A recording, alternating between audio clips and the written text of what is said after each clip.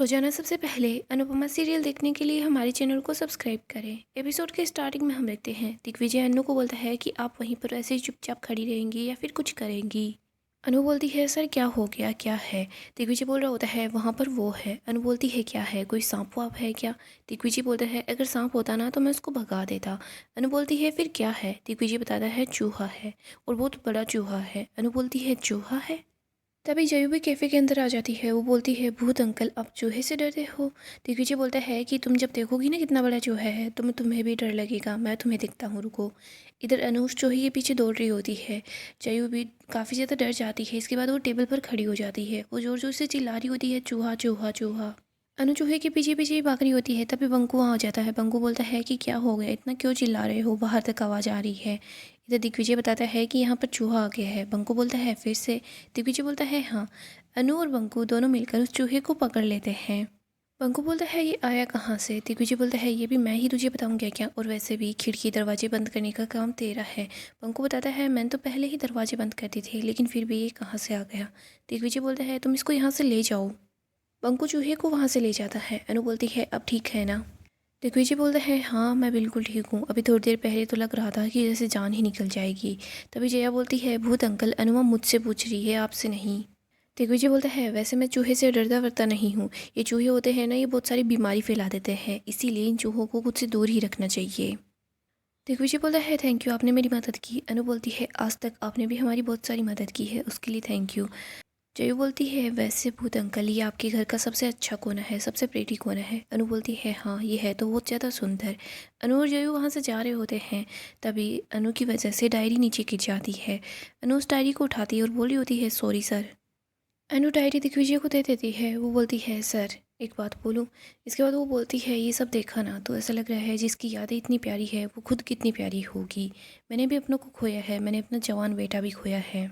मैं आपको कोई सलाह नहीं दे रही, बस दिल में है वही बात बोल रही हूँ। ये जगह बहुत ख़ास है आपके लिए, लेकिन फिर भी देखो कितने उदास है।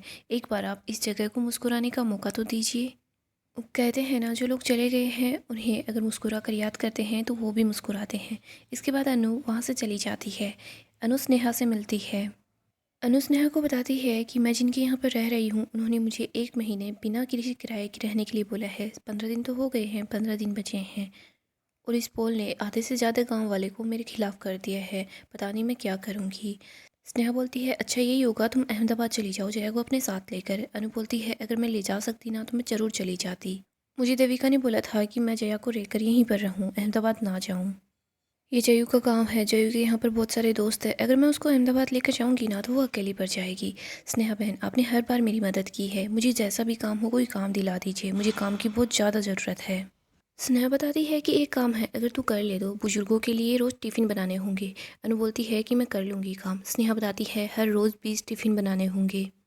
अनु सोचती है भले ही मैं हाँ बोल दूँ, लेकिन पता नहीं दिग्विजय जी मुझे अपनी रसोई के अंदर काम करने देंगे या नहीं। स्नेहा बोलती है तू हाँ बोल दे, काम तेरा आज से ही शुरू हो जाएगा। अनु बोलती है स्नेहा बहन प्लीज़ आप किसी को बताना मत, वरना बात पोल तक पहुँच जाएगी और पोल फिर से कुछ न कुछ कर देगा। स्नेहा बोलती है तू फिक्र मत कर, मैं किसी को नहीं बताऊंगी, तू बस टिफ़िन रेडी करके सेंटर पर ले जाना। अनु बहुत खुश हो जाती है कि फाइनली उसको काम मिल गया है। आगे हम शाह फैमिली का सीन देखते हैं। यहाँ पर हम बा को देखते हैं जो परेशान होती है। वो बोल रही होती है किंजल तो आने का नाम नहीं ले रही, बाकी वैसे भी कोई काम नहीं करने वाली, तोशु तो कभी कुछ काम करता ही नहीं, मैं बापूजी से क्या ही काम करवा लूँ। बा सोचती है सारा काम मुझे ही करना होगा। बा जैसे ही किचन में आती है तो देखती है माही ने सारा का सारा खाना रेडी कर लिया है। माही बताती है कि बाकी का काम मैं आने के बाद कर लूँगी। बा बोलती है थैंक यू। माही बोलती है बा आप ऐसा क्यों बोल रही हैं?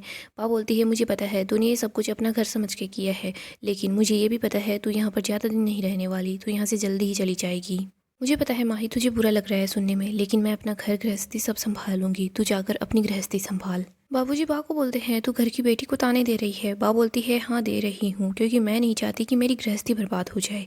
ये माही है ना, ये काव्या की बेटी है, तभी तो मैं इसको वापस इसके घर जाने के लिए बोल रही हूँ। आगे हम फिर से दिग्विजय को देखते हैं। अनु यहाँ आती है। अनु बोलती है सर मुझे आपसे बात करनी है, बहुत ज़रूरी बात करनी है। दिग्विजय बोलता है मैं बहुत बिजी हूँ। अनु बोलती है मैं जल्दी से अपनी बात बोल दूँगी। अनु बताती है कि सर मुझे नया काम मिला है, हर रोज़ 20 टिफ़िन बनाने होंगे, तो क्या मैं सारा का सारा सामान यहाँ पर लाकर आपकी रसोई में खाना बना सकती हूँ? विजय बोलता है कि मैंने आपको रहने के लिए जगह दे दी है, आप अपने और बच्ची के लिए खाना बना सकती हैं, लेकिन अपना बिजनेस मेरी रसोई से स्टार्ट नहीं कर सकती।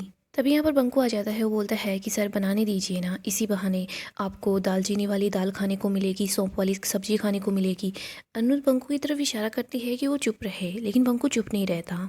बंकू बोलता है और सर वैसे भी फिर मैं भी ज़्यादा काम करूँगा ना, वैसे मैं केवे का अच्छे से ध्यान रख लूँगा, चूहे आने के सारे रास्ते बंद कर लूँगा, और देखो घर की लिपाई पुताई वो भी तो सब कुछ करना होगा। दिग्विजय बोलता है कि तुम मेरे लिए काम करते हो या फिर मैं तुम्हारे लिए काम करता हूँ।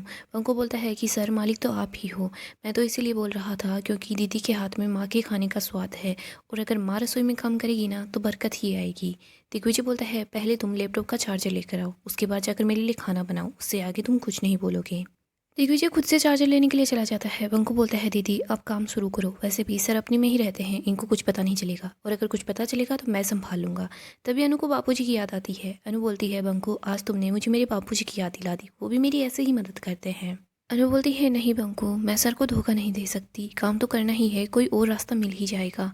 आगे हम प्रेम और राही को देखते हैं। राही प्रेम को बताती है कि मैं हमारी ऑफिस के अंदर स्पेशल टीम की हेड बन चुकी हूँ, हम अगले हफ्ते तुम्हारे रेस्टोरेंट में आने वाले हैं, तुमने सब कुछ अच्छे से चेक कर लिया है ना प्रेम। राही बोलती है अगर फिर से डबल चेक करना हो तो कर लेना प्लीज़।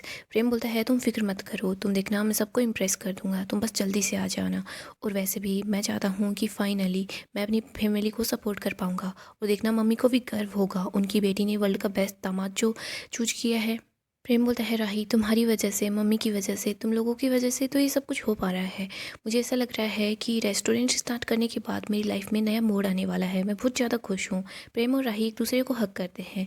तभी यहाँ पर गौतम पहुँच जाता है। वो बोलता है कि मेरी बीवी को यहाँ से भगाने के बाद तुम दोनों रोमांस कर रहे हो, वो भी मेरी बच्ची के सामने। गौतम प्रांशी को गोद में उठा लेता है। राही बोलती है तुम क्या कर रहे हो, इसको कहाँ लेकर जा रहे हो।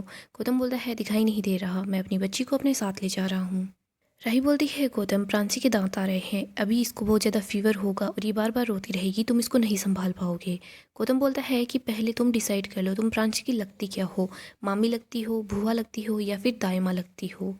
इधर प्रेम को ये बात सुनकर गुस्सा आता है। वो बोलता है अगर प्रांसी तेरी गोद में नहीं होती ना तो आज मैं तेरा वो हाल करता तो सोच भी नहीं सकता। गौतम बोल देता है कि मैं अपनी बेटी को लेकर यहाँ से जा रहा हूँ। गौतम प्रांसी को लेकर वहाँ से चला जाता है। प्रांसी रो रही होती है। इधर राही बोलती है प्रेम प्रांसी मेरे बगैर नहीं रह पाएगी, गौतम प्रांसी को हमसे छीन तो नहीं लेगा ना। प्रेम बोलता है ऐसा कुछ भी नहीं होगा। आगे हम बंकू को देखते हैं। वो स्टोव लाकर रख देता है। अनु बोलती है कि बंकू हम ऐसा नहीं कर सकते, सर को धोखा नहीं दे सकते। बंकू बोलता है देखो सर ने अपने घर की रसोई में काम करने के लिए मना किया है, लेकिन हम तो घर के बाहर हैं।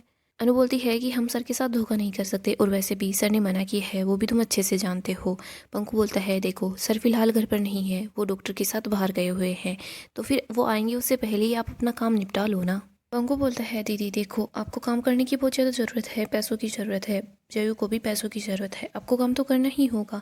आपके पास सिर्फ 15 दिन है, 15 दिन में आपको नया घर ढूंढना होगा, सर तो हमेशा यहीं रहने वाले हैं। अनु बोलती है कि कान्हा जी मैं तो धर्म संकट में फंस गई हूँ, मैं सर को धोखा नहीं देना चाहती और मुझे काम की भी बहुत ज़्यादा ज़रूरत है, मैं क्या करूँ। अनु बोलती है कान्हा जी आप सबको संभाल लीजिएगा। इसके बाद अनु पूजा स्टार्ट कर देती है और खाना बनाना स्टार्ट कर देती है। आगे हम कोठारी फैमिली का सीन देखते हैं। यहाँ पर हम मीता को देखते हैं। वो बोलती है कि आजकल राही की हिम्मत तो काफ़ी ज़्यादा बढ़ चुकी है, वो तो घर के बाहर की बाहर ही माही को साफ फैमिली में छोड़कर आ गई। परी बोलती है कि हाँ राही अकड़ में रहने लग गई है जब से वो जॉब करने लगी है। तभी यहाँ पर राही और कैथी आ जाते हैं। मीता बोलती है कि प्रांसी कहाँ है, दिखाई नहीं दे रही। तो गौतम प्रांसी को लेकर आता है और मोटिबा की गोद में बैठा देता है। वो बोलता है कि मोटिबा आप ही इसको संभालिए, मुझसे नहीं संभाली जा रही, ये रोए ही जा रही है। प्रांसी रो ही रही होती है। तभी राही मोटिबा की गोद से प्रांसी को ले लेती है, वो उसको चुप कराती है। इधर गौतम बोल रहा होता है कि मोटिबा मैं सोने के लिए जा रहा हूँ, मैं बहुत ज़्यादा थक चुका हूँ। मोटिबा बोलती है गौतम जी अगर आप रेस्ट करोगे तो फिर मीटिंग कौन संभालेगा, मैं वैसे भी अनिल के भरोसे कुछ नहीं छोड़ सकती। गौतम बोलता है उनको ही सब संभालना होगा। इधर राही बोल रही होती है कि ये जानबूझकर ड्रामा कर रहा है, पहले ज़बरदस्ती प्रांसी को अपने साथ ले आया। राही देखती है माही यहाँ पर आ गई है। इधर कैथी दौड़कर माही के पास आने वाली होती है। तभी मोटिबा बोलती है कि माही एक पाँव भी अंदर की तरफ मत रखना। माही बोलती है कि नहीं रखूंगी। माही बोलती है माँ आज मैं यहाँ पर वापस लौटकर नहीं आई हूँ। तभी अनिल यहाँ पर आता है। वो बताता है कि माही को मैंने यहाँ पर बुलाया है, आज के क्लाइंट्स के साथ जो हमारी मीटिंग होगी वहाँ पर माही खुद से अपने डिज़ाइन उन लोगों को दिखाएगी। गौतम बोलता है अब तो भगवान ही मालिक है, एक तो मैं नहीं जा रहा और ऊपर से ये जा रही है। इधर मोटिबा बोलती है अनिल माही को मीटिंग में ले जाने की कोई भी ज़रूरत नहीं है। मोटिबा बोलती है तुम अभी के अभी इसको जॉब से निकाल दो। कैथी बोलती है कि ऐसा हो ही नहीं सकता, पराग जी का एक उसूल है, परिवार अपनी जगह है और व्यापार अपनी जगह है। अनिल जी ने माही को अपॉइंटमेंट लेटर दिया है, ये बीच में से ऐसा नहीं कर सकते। इधर राही बोलती है अगर ऐसा कुछ किया ना तो ये हम पर केस भी कर सकती है, और वैसे भी माही के लिए ये सब कुछ आसान हो गया होगा क्योंकि ये फ़िलहाल वैसे भी डाइवोर्स के लिए वकील से मिल ही रही है, एक केस सही तो दो भी सही। अनिल बोलता है सॉरी बा, बट मैं मोटा भाई के रूल्स के खिलाफ नहीं जा सकता, मैं वही कर रहा हूँ जो वो करते हैं। अनिल और माही दोनों ऑफिस के लिए निकल जाते हैं। आगे हम अन्नू और बंकू को देखते हैं जो दोनों मिलकर खाना बना रहे होते हैं। बंकू बोलता है खाने की खुशबू तो अच्छी आ रही, आज मैं पेट भर के खाना खाऊंगा। अनु बोलती है बंकू तो हमेशा मेरी हेल्प करता है, आज भी मेरी हेल्प कर रहा है, अगर दिग्विजय जी ने तुझे डांटा तो।